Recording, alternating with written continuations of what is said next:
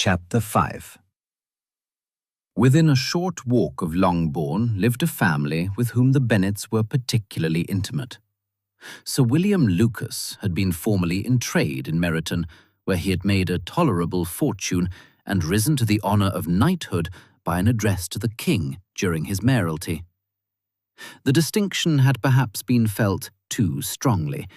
It had given him a disgust to his business and to his residence in a small market town, and quitting them both, he had removed with his family to a house about a mile from Meryton, denominated from that period Lucas Lodge, where he could think with pleasure of his own importance, and, unshackled by business, occupy himself solely in being civil to all the world. For though elated by his rank, it did not render him supercilious.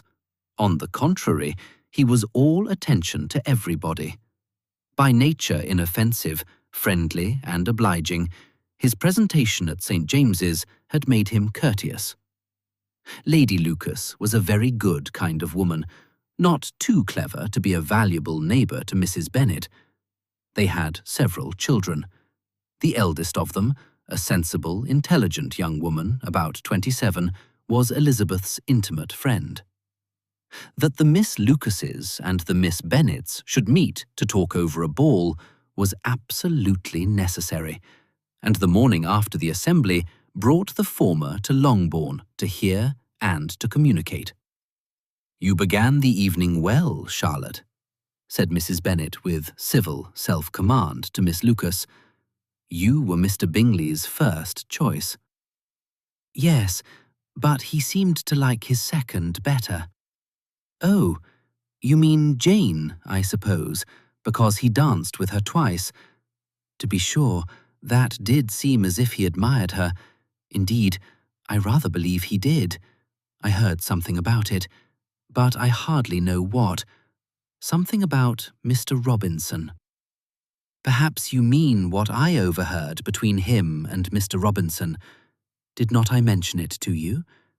Mr. Robinson's asking him how he liked our Meryton assemblies, and whether he did not think there were a great many pretty women in the room, and which he thought the prettiest, and his answering immediately to the last question, 'Oh, the eldest Miss Bennet beyond a doubt.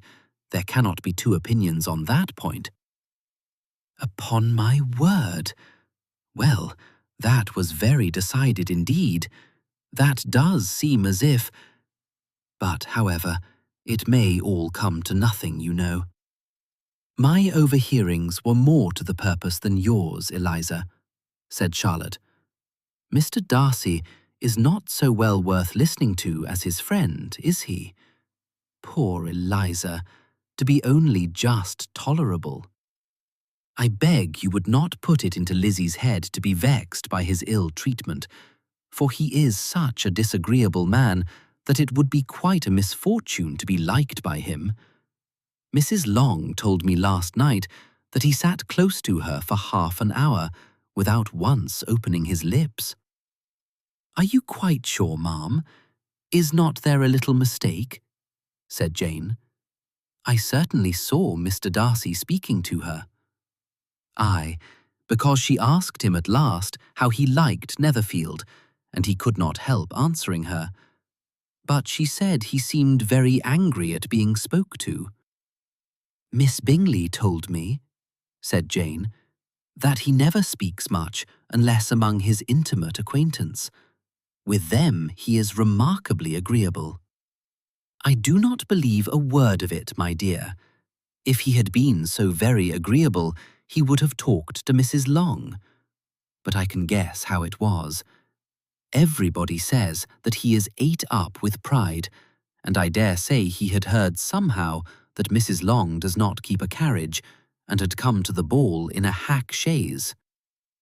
"I do not mind his not talking to Mrs. Long," said Miss Lucas, "but I wish he had danced with Eliza." "Another time, Lizzie," said her mother. "I would not dance with him if I were you." "I believe, ma'am, I may safely promise you never to dance with him." "His pride," said Miss Lucas, does not offend me so much as pride often does, because there is an excuse for it.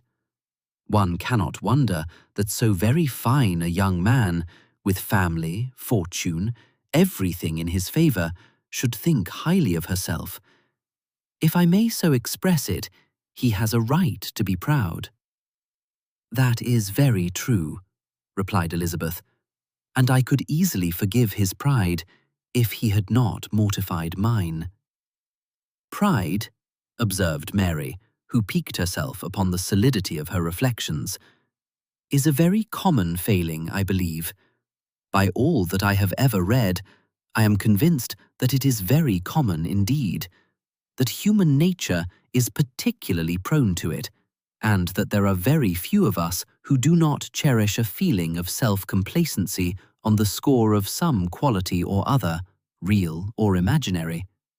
Vanity and pride are different things, though the words are often used synonymously. A person may be proud without being vain. Pride relates more to our opinion of ourselves, vanity to what we would have others think of us. If I were as rich as Mr. Darcy," cried a young Lucas who came with his sisters, "I should not care how proud I was. I would keep a pack of foxhounds and drink a bottle of wine every day." "More than you ought," said Mrs. Bennet. "And if I were to see you at it, I should take away your bottle directly." The boy protested that she should not. She continued to declare that she would, and the argument ended only with the visit.